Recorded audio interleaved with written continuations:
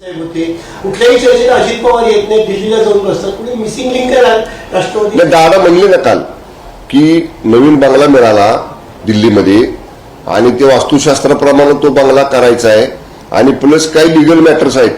युतीशास्त्राचं नाही, legal matters त्यांच्या राष्ट्रवादी काँग्रेस पक्षाच्या चिन्हाबाबतीतले आहेत.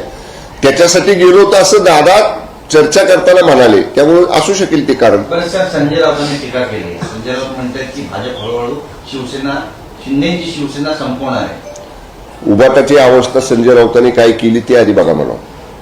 उबाटाची जी परिस्थिती आज झाली, आम्ही ओरडून सांगत होतो की ह्यांचं ऐकू नका. संजय राऊतचं ऐकल्यामुळे आज उबाटाची ही अवस्था आहे. त्याला म्हणावं आमच्या डोकावून बघू नका. आम्ही 40 होतो शिंदे साहेबांच्या नेतृत्वाखाली. आम्ही धनुष्यबाणावरती 57 केले.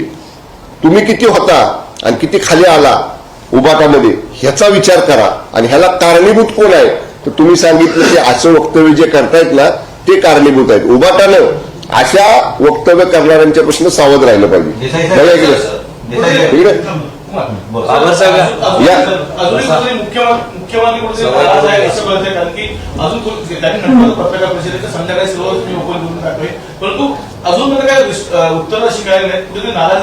माननीय मुख्यमंत्री महोदयांच्या पोटात एक आणि ओठात एक असं कधीच नसतं.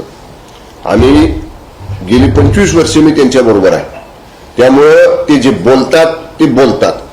त्यांनी पहिल्या दिवशी पत्रकार परिषद घेऊन ठाण्यामध्ये सांगितलं की महायुतीच्या बाबतीत सरकार स्थापन करण्यासाठी भारतीय जनता पक्ष किंवा महायुती जो निर्णय घेईल त्या निर्णयाला शिवसेनेचं पूर्ण समर्थन असेल.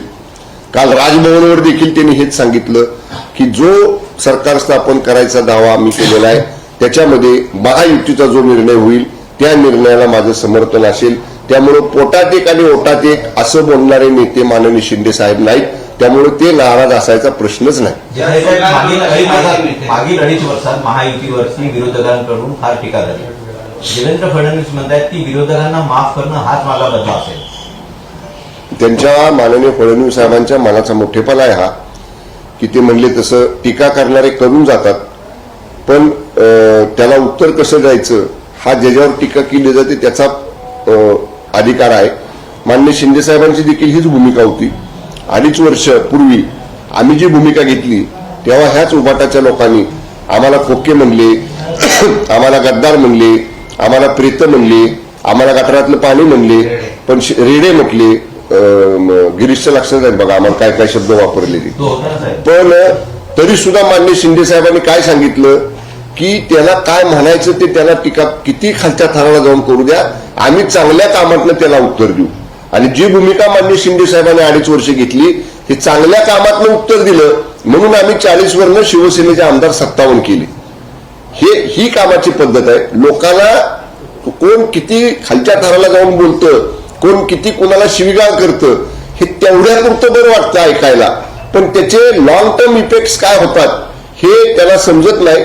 आणि मी तर म्हणेन उबाटाच्या राऊताने असं बोलत राहावं. त्यामुळं कधीतरी केव्हा तरी वेळ अशी येईल की त्याला त्यांची निश्चितपणाने समाजामध्ये जनतेमध्ये आपण कुठं आहोत हे त्याला त्यांची जागा नक्की कळत.